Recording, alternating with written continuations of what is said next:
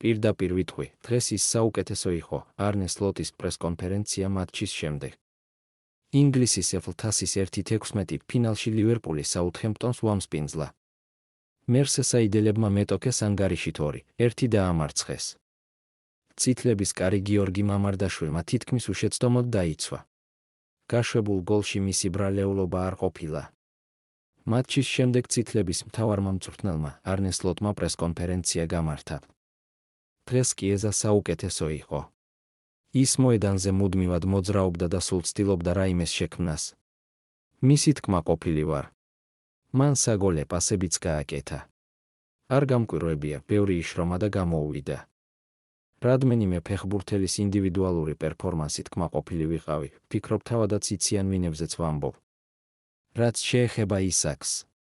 მან გოლი გაიტანა, რაც კარგია. ყველამ ვნახეთ, თუ როგორ შეუძლია მას ჩვენი დახმარება.